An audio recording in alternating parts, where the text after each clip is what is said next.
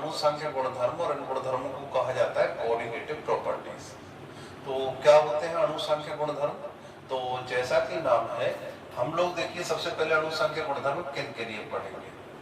तो देखें, एक तो हमें आवश्यकता है ठोस विलेय की, और दूसरा हमें विलायक लेना पड़ेगा, द्रव विलायक। तो पहले तो दिमाग में ये बात बिल्कुल एक बार फिट कर ली जाए कि अणुसंख्य गुणधर्मों का अध्ययन तभी किया जाता है जबकि विलयन में विलेय ठोस अवस्था में हो और विलायक किस अवस्था में हो, द्रव अवस्था में। क्लियर? अब आप देखिए क्या होगा, जैसा लिखा हुआ अणुओं की संख्या पर निर्भर करने वाले गुणधर्म। कैसे?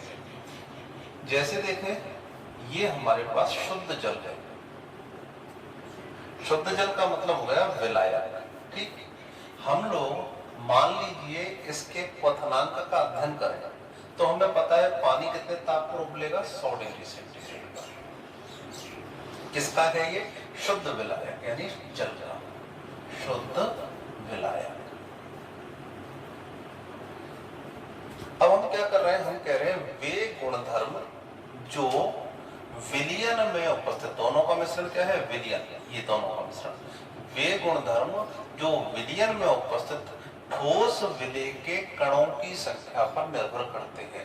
अभी हमने इसमें विलेय डाला नहीं है, हम क्या करते हैं, इसके अंदर 1 मोल चीनी डाल देते हैं, और 1 मोल चीनी डालने पर हम देखते हैं अब अगर पानी को उबाला जाता है तो पानी उबलता है 101 डिग्री सेंटीग्रेड पर, मान लो। ठीक, हम चीनी की मात्रा बढ़ाते हैं, इसको 2 मोल कर देते हैं, इसका मतलब कितना डिग्री हो जाएगा? 102 डिग्री सेंटीग्रेड ताप हो जाता है। तो हम देख रहे हैं जैसे जैसे ठोस विलेय के मूल इसमें मिलाते चल रहे हैं वैसे वैसे क्वथनांक का मान क्या हो रहा है? बढ़ रहा है। इसका मतलब क्वथनांक में वृद्धि अपने आप में कैसा गुणधर्म हो जाएगी? अणुसंख्य गुणधर्म। तो वे गुणधर्म जो विलयन, अब ये विलयन बन चुका है, विलयन में उपस्थित ठोस विलेय के कणों की संख्या पर निर्भर करते हैं।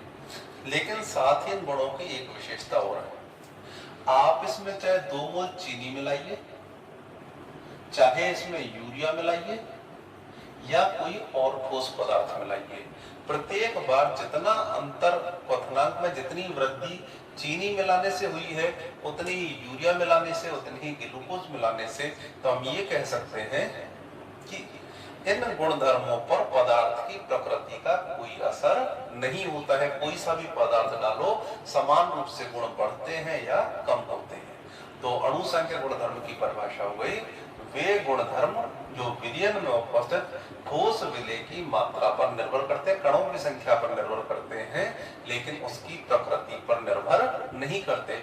चीनी है, यूरिया है, इससे मतलब नहीं है, केवल उनकी संख्या देखी जाती है, 1 मोल है, 2 मोल है, 3 मोल है।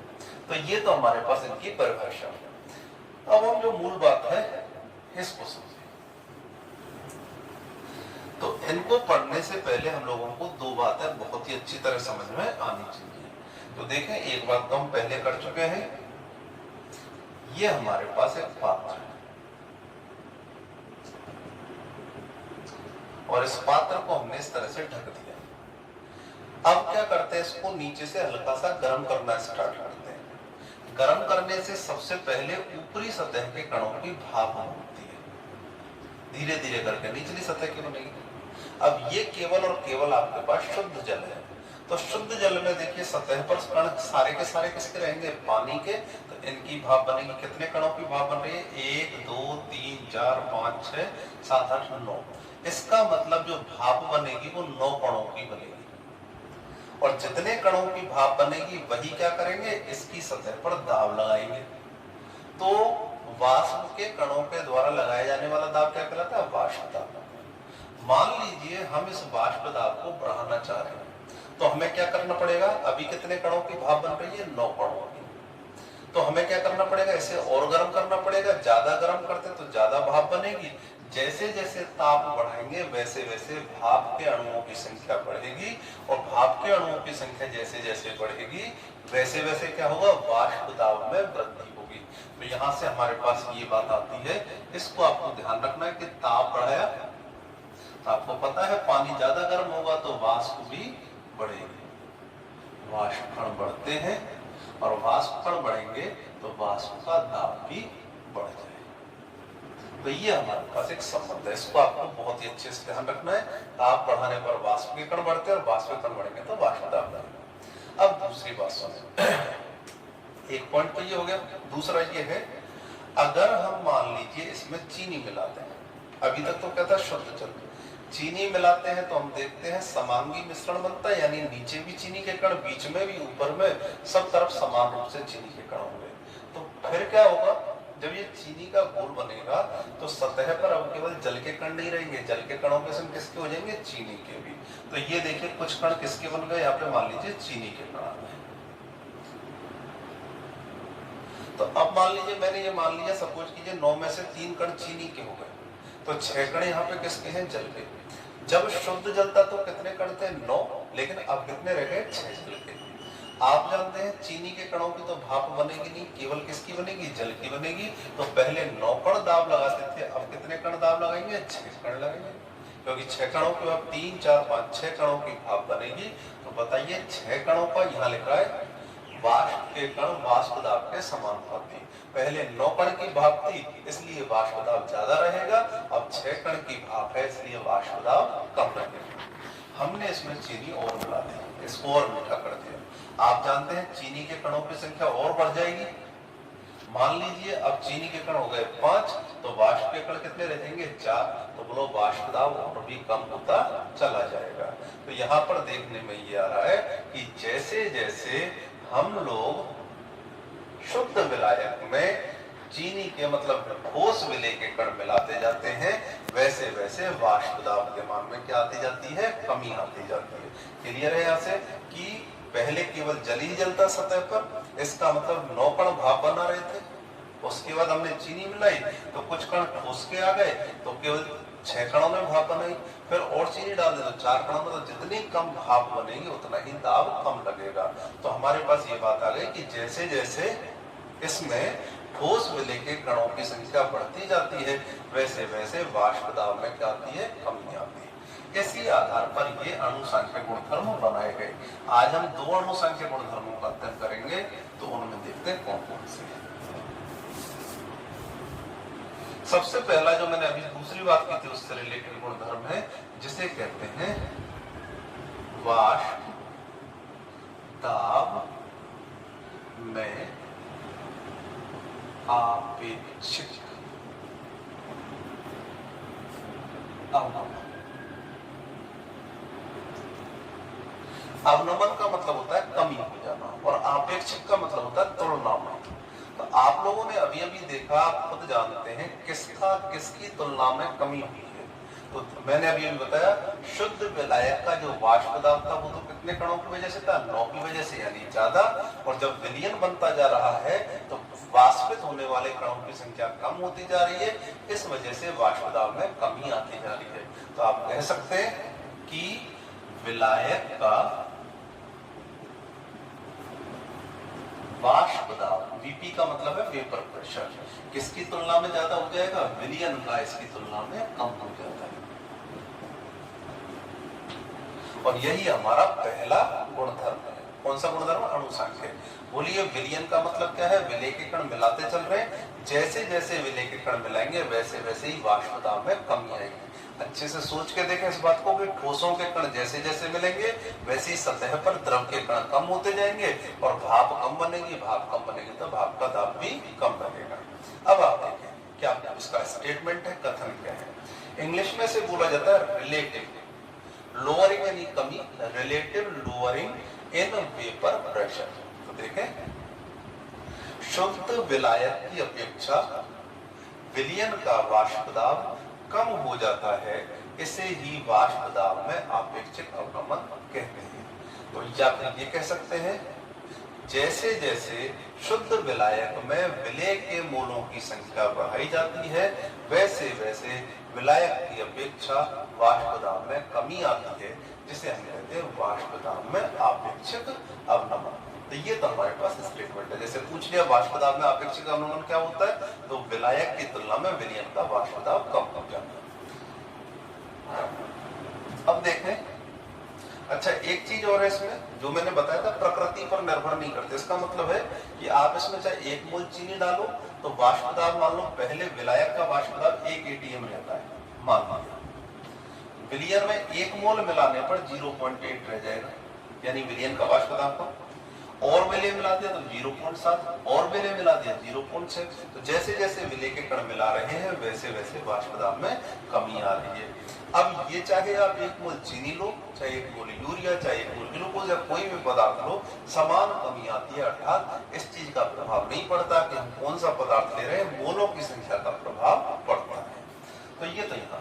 अब देखें इसका हमारे पास जो सूत्र है जिसको हमें काम में लेना है वो क्या है, वो देखें आप लोग।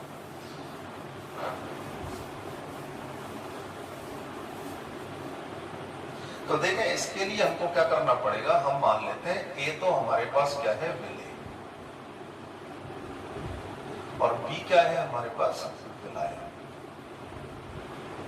ठीक, इसका वाष्प दाब कितना रहेगा पी ए, और इसका कितना रहेगा पी बी। एक बात और ध्यान रखें, जब ये शुद्ध अवस्था में है तब तो पी नोट भी पी नोट है, और अगर मान लीजिए विलयन की अवस्था में है तो फिर ये आंशिक दाब बन जाएंगे पी ए और पी बी। पिछले टर्म में ये बातें हो चुकी थी। विलय और विलायक मिलकर विलयन बनाते हैं, तो बोलिए कुल वाष्प दाब जिसको कहेंगे हम विलयन का वाष्प दाब, विलय प्लस विलायक मिल गए, किसके बराबर हो जाएगा P A plus P B. लेकिन हम ये बात जानते हैं कि विलय कैसी अवस्था में लिया है हमने, ठोस, और ठोस अवस्था की वाष्प नहीं बनती, भाप नहीं बनती। जब वाष्प ही नहीं बनेगी तो वाष्प दाब भी नहीं होगा।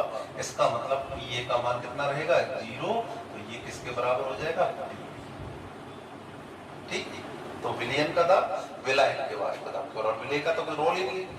अब हमने ये पढ़ा है कौन सा राउले के नियम से, कि जो किसी भी वाष्पशील अवयव के आंशिक दाब है किसके बराबर होते हैं, मोल भिन्न के और शुद्ध अवस्था के वाष्प दाब के गुणनफल। तो हमें पता है PS बराबर PB बराबर XB P नॉट B। पिछले टर्मों में राउले के नियम में ये चीज पढ़ी थी। इसके बाद देखें PS बराबर आ गया हमारे पास XB P नॉट, तो ये हमारे पास एक हिस्सा है। ठीक, यहां तक हम पहुंच गए। ये क्या है विलयन का वाष्प दाब, ये क्या है विलायक के मोल भिन्न, और ये क्या है हमारे पास P नॉट। एक चीज हम जानते हैं XA प्लस XB बराबर 1, तो XB बराबर क्या हो जाएगा 1 माइनस XB। इस मान को हम यहां रखते हैं। ठीक है, PS बराबर 1 minus XA P not B, और ये हो जाएगा PS बराबर P not B minus P not B XA। अब क्या करना है, इसको इधर ले जाइए, इसको इधर लाएंगे, और सबको सॉल्व करके मैं सीधा निकालता हूं। देखो XA बराबर P not B minus PS बटे P नॉट B। बिल्कुल सिंपल मैथमेटिक्स है, ज्यादा कठिनता नहीं है। PS को इधर ले गया, इसको इधर ले गया, ये P नॉट B इसके गुणन में है तो ये भाग में चली जाएगी। इस प्रकार से हमारे पास ये आ गया। अब यहाँ आप देखें, नोटिस करें, ये किसका वाष्प दाब है विलायक का, ये किसका है विलयन का। हम लोग सामान्यतः ज्यादा में से कम को घटाते हैं, तो बोलिए ये क्या हुआ, इसको अगर हम कहें दोनों को मिला के तो इसे कहेंगे हम वाष्प दाब में कमी। बोलिए ये वाला हिस्सा हटा दें, इसमें देखें इसका ज्यादा है इसका कम है। ये ठीक ऐसी बात है कि पहले हमारे पास 10 रुपए थे, अब हमारे पास 8 रुपए खर्च हो गए, तो कितने की कमी हुई है, कितनी कमी हो गई है, तो हमारे पास 2, मतलब 2 का अंतर आ गया वाष्प दाब में, और 2 रह गएगा इस चीज में। ऐसा ही यहाँ पर है, पहले वाष्प दाब ये था, अब वाष्प दाब ये रह गया, तो इसे कहते हैं वाष्प दाब में कमी। और जब इसमें P नॉट B का भाग लग जाता है तो ये तो केवल वाष्प दाब में कमी है, ये हो जाएगी किसकी तुलना में कमी हुई है, विलायक के वाष्प दाब की तुलना में। तो इसे कहते हैं पूरे के पूरे सिस्टम को वाष्प दाब में आपेक्षिक अवनमन। क्या कहते हैं, वाष्प दाब में आपेक्षिक अवनमन। फिर से सुन लें, ये हिस्सा वाष्प दाब में केवल अवनमन है और तुलना में देख रहे हैं पी नॉट भी विलायक की तुलना में कम हुआ है, इसलिए इसे कहेंगे वाष्प दाब में आपेक्षिक अवनमन। तो इसे तो लिखते हैं हम डेल्टा पी बराबर P not be minus P S, और ये वाला वाष्प दाब में पूरा का पूरा आपेक्षिक अवनमन। अब हम जानते हैं एक्स से क्या है, विलेय के मूल भिन्न। तो विलेय के मूल भिन्न को कैसे लिखते हैं, विलेय के मूल बटे कुल मूल बराबर, इसे मैं केवल डेल्टा पी लिख रहा हूं बटे पी नॉट। सूत्र तो ये P delta P upon P not. तो ये हमारे पास सूत्र आ गया किसका, पूरा का पूरा वाष्प दाब में आपेक्षिक अवनमन का। अब देखें इससे आगे भी इसको सॉल्व करना होता है, इतना आसान, मतलब न्यूमेरिकल इससे नहीं होंगे, बहुत कम चांस होते हैं, न्यूमेरिकल इससे आगे वाले हिस्से से होते हैं। कैसे, यहां तक हो गया सबका, तो आप देखते हैं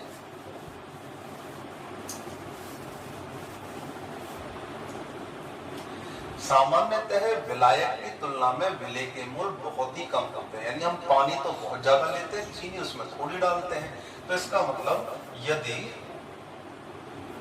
Na is very very less than Nb, तो बोलिए ये वाला Na क्या हो जाएगा, विलुप्त हो जाएगा, यानी इसको नगण्य मान लेंगे। तो ये रह जाएगा Na बटे Nb बराबर, कैसे भी लिख सकते हैं, P not P minus P S बटे पी नॉट बी। Na का मतलब क्या है, मोल, और मोल का मतलब मैंने शुरुआत में बताया था चैप्टर 3 में, मोल बराबर होता है ग्राम में मात्रा बटे अणुभार। ये किसके मोल है, विलेय के, और ये किसके हैं, विलायक के।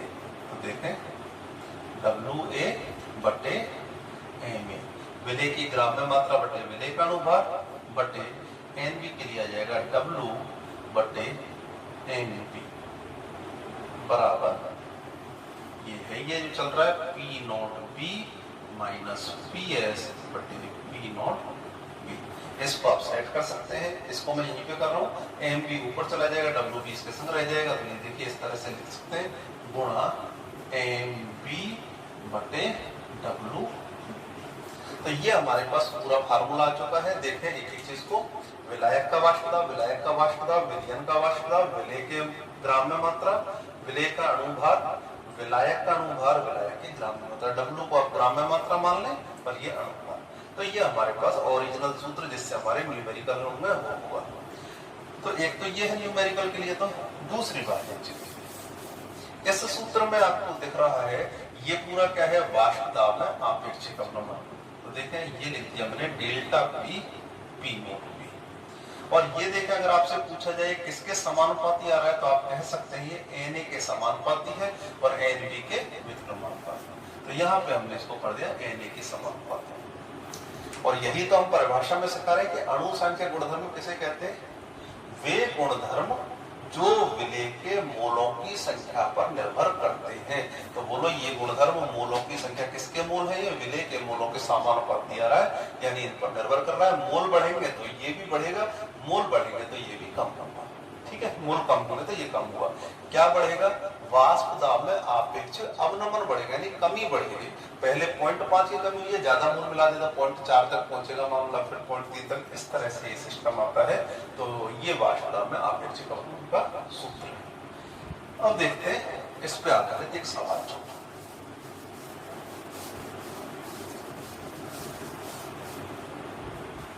देखिए बेंजीन जो है उसका शुद्ध अवस्था में, ये हमारे पास बेंजीन का सूत्र है। अगर हम इसका शुद्ध अवस्था में वाष्प दाब लेते हैं तो वो मानिए 0.850 atm है। क्वेश्चन है न्यूमेरिकल कि बेंजीन का शुद्ध अवस्था में वाष्प दाब 0.850 atm होता है।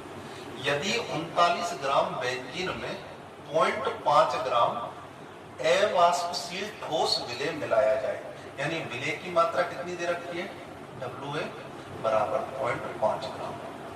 और क्या कहा गया, कितने ग्राम बेंजीन में, अब सीधी सी बात है, वो कह रहा है बेंजीन में मिलाया जाए, इसका मतलब बेंजीन विलायक है और ये जो अवाष्पशील विलेय दे रखा है वो विलेय है। तो WB इसकी मात्रा दे रखी है 39 ग्राम। और ये कहा है कि देखें शुद्ध अवस्था में वाष्प दाब यह था, हम जानते हैं जब विलेय की मात्रा मिलाई जाएगी तो वाष्प दाब में कमी आएगी। और उस समय वाष्प दाब कितना हो जाता है, वो विलियन का वाष्प दाब जो हमने बताया था वो हो जाता है 0.845 atm। तो कहता है बेंजीन को दे दिया, तो बेंजीन का अणु भार को सूत्र खुद को ही पता होना चाहिए, Mb बराबर कितना हो जाएगा 78 होता है बेंजीन का। कैसे? 12 छिक्की 72 और 6 78। तो पूछा है कि अवाष्पशील विलेय का अणु भार क्या होगा। अब देखें आपके पास सूत्र है ये WA/MA गुणा MB/WB बराबर P0B माइनस PS/P0B। मान रखने क्या क्या पूछा, क्या है इसमें MA पूछा है, WB का मान 0.5 ग्राम, MB 78, WB 39, P0B 0.850 और PS 0.845। तो इस तरह से यहाँ भी 0.850, इसको आप सॉल्व कर लेना, आपका आंसर आ जाएगा। ठीक, तो ये आपके पास न्यूमेरिकल करने का तरीका है। अब एक बात ध्यान दें कि समस्या ये आती है जब बोर्ड परीक्षा में न्यूमेरिकल आता है कि हम कौन सा फार्मूला लगाएं। तो हमेशा ध्यान रखें पूरे पेपर में वाष्प दाब का कोई भी क्वेश्चन आता है तो आपके पास फार्मूला ये वाला लगेगा। कोई भी क्वेश्चन आए किसी भी प्रकार का तो वाष्प दाब का ये फार्मूला लगता है, तो ये आप विशेष ध्यान रखें। एक चीज यहाँ थोड़ा सा अंतर हो सकता है, राउले के नियम से वाष्प दाब पूछे तब तो फार्मूला सिंपल है कि PA बराबर X से P0A वाला, बाकी यही लगेगा, यहाँ यही रखें आप तो इससे आप क्वेश्चन को कर सकते हैं। तो ये हमारा पास पहला अणु संख्या गुणधर्म होता है। अब हम लेते हैं दूसरा अणु संख्या गुणधर्म। दूसरा अणु संख्या गुणधर्म वही है जो मैंने टॉपिक के शुरू में बात की थी। मैंने कहा था कि शुद्ध जल का मान लीजिए क्वथनांक कितना है 100 डिग्री सेंटीग्रेड। 1 मोल चीनी डालने पर क्वथनांक बढ़ के कितना होगा 101 डिग्री। 2 मोल डालने पर 102 डिग्री। तो इसका मतलब क्वथनांक में जैसे जैसे विलेय मिल रहा है वैसे वैसे वृद्धि हो रही है। तो इस दूसरे गुणधर्म को कहते हैं क्वथनांक में उन्नयन। इंग्लिश में बोलते हैं elevation in boiling point. Elevation यानी वृद्धि बढ़ जाना। तो देखें बॉइलिंग पॉइंट है इसलिए TB बॉइलिंग टेम्परेचर इस तरह से लिखते हैं। तो देखो किसका क्वथनांक ज्यादा हुआ किसका कम हुआ, अगर हम भाषागत रूप से देखें तो आपने देखा था जब शुद्ध विलायक था तो उसका कितना था 100 डिग्री। शुद्ध विलायक का मतलब हो जाएगा T0B। ध्यान देंगे कि हमने A को विलेय माना है और B को क्या माना है विलायक। तो B कैसा है हमारे पास द्रव अवस्था में, इसलिए T0B किसका रहेगा विलायक का। जैसे जैसे विलेय के कण डाले तो वो क्या बन गया विलियन बन गया। ठीक, वो क्या बन गया विलियन, TS लिख दिया उसको। तो किसका ज्यादा होगा और किसका कम हो जाएगा। तो हम देखते हैं जैसे जैसे विलेय के कण डालते हैं वैसे वैसे क्वथनांक के मान में वृद्धि हो रही थी। 100 से 101, 101 से 102। तो इसका मतलब विलियन का ज्यादा है विलायक का कम है। तो इस अंतर को हम ऐसे लिखते हैं। तो ये हो गया विलियन का क्वथनांक माइनस विलायक का क्वथनांक, और इसे हम लिखते हैं शॉर्ट में अंतर को डेल्टा से लिखते हैं TB। तो ये आपको ध्यान रखना है, डेल्टा TB का मतलब विलियन का क्वथनांक माइनस विलायक का क्वथनांक। अब देखें कैसे इसको परिभाषित करेंगे। शुद्ध विलायक की अपेक्षा जैसे जैसे विलायक में विलेय मिलाते हैं वैसे वैसे क्वथनांक में वृद्धि होती जाती है। इस गुणधर्म को ही क्वथनांक में उन्नयन कहते हैं। या दूसरा तरीका, शुद्ध विलायक की अपेक्षा विलियन का क्वथनांक अधिक होता है, इसे हम कहते हैं क्वथनांक में उन्नयन। अब देखें इसको थोड़ा सा समझाना पड़ेगा कैसे क्वथनांक में आखिर हो क्यों गई ये वृद्धि। ये तो मैंने मुंह से कह दिया कि भाई 100 डिग्री था 101, तो ये वृद्धि हुई कैसे। तो आप देखें ये हमारे पास क्या है पानी। ये कब उबलना चालू करता है तो हम कहते हैं 100 डिग्री सेंटीग्रेड पे उबलना चालू करता है। तो बात आती है 100 पर ही क्यों करता है। तो ध्यान देंगे कोई भी चीज तभी उबलना चालू करती है जब उसका खुद का वाष्प दाब वायुमंडलीय दाब यानी 1 ATM के बराबर हो जाए। यानी वायुमंडल तो दाब लगा रहा है कितना 1 ATM। अगर ये भी 1 ATM दाब लगा रहा है तब तो ये उबल सकता है, अन्यथा नहीं उबल सकता। आपको बताया था जैसे जैसे पानी को गर्म करते हैं वैसे वैसे वाष्प दाब क्या होता जाता है, बढ़ता है। तो 100 डिग्री सेंटीग्रेड पर ये वाष्प दाब बढ़ता बढ़ता बढ़ता कितना हो जाएगा, 1 एटीएम, और पानी उबलने लग जाएगा। तो ये तो हो गया इसका कंसेप्ट। अब आप ध्यान दें, हमने क्या किया, इसमें चीनी मिला दी। चीनी मिलाने पर हमने अभी अभी पढ़ा है कि जैसे जैसे ठोस विलेय मिलाते हैं वैसे वैसे वाष्प दाब में क्या आती है, कमी आती है। तो अभी कितना वाष्प दाब हो गया था, 100 पे 1 एटीएम। तो हम मान लीजिए ताप को तो 100 ही ले लेते हैं, लेकिन और जब 1 एटीएम दाब आ रहा था तो मान लीजिए इसके 10 कणों की भाप बन रही थी। अब हम देख रहे हैं 10 कणों की भाप नहीं बनेगी, बल्कि कितने की बनेगी, 7 की, क्योंकि 3 या 4 कण किसके आ चुके हैं, चीनी के। तो वाष्प दाब क्या हो जाएगा, कम। तो 100 डिग्री ताप पर अब वाष्प दाब 1 एटीएम ना रह के कितना रह जाएगा, 0.9 एटीएम। तो पानी तो कितने पर उबलेगा, 1 एटीएम पे। तो 1 एटीएम करने के लिए बोलिए दाब बढ़ाने की तकनीक क्या है। तो हमने शुरू में यही पढ़ा था कि जैसे जैसे ताप बढ़ाएंगे वैसे वैसे ताप और बढ़ेगा, वाष्प बढ़ेगी, और वाष्प बढ़ेगी तो ताप भी बढ़ेगा। तो हमें क्या करना पड़ेगा, 100 की अपेक्षा इसको गर्म करके 1 डिग्री बढ़ाया या 2 डिग्री बढ़ाया, जितना भी बढ़ा सकते बढ़ाएंगे। तो देखिए जैसे ही इसका ताप हमने 2 डिग्री बढ़ाया वैसे ही ये 0.9 की अपेक्षा, भाई ताप बढ़ाएंगे तो जो और भाप के कण है वो भी बनेंगे, और ये कितना हो जाएगा, 1 एटीएम हो जाएगा। तो बोलो पानी उबलने लगेगा कि नहीं लगेगा। तो पहले कितने पर उबल रहा था, 100 डिग्री पे। अब वाष्प दाब हमको अतिरिक्त ताप देकर के बढ़ाना पड़ा है, इसका मतलब ताप में वृद्धि हो गई है। पानी पहले 100 पे उबल रहा था, अब 102 पे उबलने लगा है। तो इसका मतलब विलेय के कण मिलाने पर क्वथनांक के मान में वृद्धि होती है। तो ये आपको ध्यान देना है, इस वजह से क्वथनांक बढ़ता है। छोटे छोटे क्वेश्चन होते हैं, जैसे मान लीजिए पूछ लिया कि यदि हम पानी की अपेक्षा समुद्र का पानी ले लें, नदी के पानी की अपेक्षा समुद्र का पानी ले लें, तो किसका पानी पहले उबलता है, उस नदी का पानी पहले उबलता है, क्योंकि उसमें जो लवण होते हैं, विलेय के कण होते हैं वो कम होते हैं, और वो खारा होता है तो उसमें लवण भरे पड़े रहते हैं, तो वो लेट उबलेगा, यानी ज्यादा ताप पर उबलेगा। पानी 100 पे उबल रहा है नदी का, वो 102 पे 103 पे उबलेगा। तो इस तरह से क्वेश्चन हम बता सकते हैं। अब देखें इससे रिलेटेड फार्मूला कैसे है। हम लोगों को पता है जैसे जैसे वाष्प दाब में कमी आई वैसे वैसे बताइए क्वथनांक में वृद्धि होगी कि नहीं होगी। अगर वाष्प दाब कम होगा तो हमको क्या करना पड़ेगा, ताप उतना ही ज्यादा देना पड़ेगा, किसके दाब, वाष्प दाब बढ़ाने के लिए। और वाष्प दाब ये कण किसके बराबर थे, बोलो हमने निकाला था मोलों की संख्या के बराबर थे। तो यहाँ से भी पता पड़ रहा है वाष्प दाब जो क्वथनांक में उन्नयन होता है वो किसके समानुपाती हो जाता है, मोलों की संख्या के समानुपाती। तो ये भी क्या हो गया, एक तरह से अनुसंख्यक होता है। अब आप शुरू के वीडियो में एक चीज देखना कि वहां मैंने मोललता की परिभाषा दी, और मोललता, मोललता नहीं कह रहा, MOLALITY, छोटे एम वाली, तो उस परिभाषा से आप देखें। मोललता बराबर होता है विलेय के मोल बटे विलायक का भार किलोग्राम। तो यहां से देखते हैं मोललता जो होती है किसके समानुपाती है, मोलों की संख्या के। तो हम लोग इसको मोलों की संख्या के भी समानुपाती, यानी ये कह सकते हैं, दोबारा सुने, क्वथनांक में वृद्धि वाष्प दाब में अवनमन के समानुपाती है। जितना वाष्प दाब कम होगा, क्योंकि हमको तो किसके बराबर करना है, 1 एटीएम। ये देखें 1 एटीएम करना है। वाष्प दाब अगर 0.9 हो गया तो हमको बढ़ाने के लिए ताप देना पड़ेगा, तो बोलो क्वथनांक में वृद्धि होगी। और भी वाष्प दाब में कमी आ गई, 0.7 रह गया तो और भी ज्यादा गर्म करना पड़ेगा। तो जैसे जैसे वाष्प दाब कम होता है वैसे वैसे क्वथनांक में वृद्धि होती है।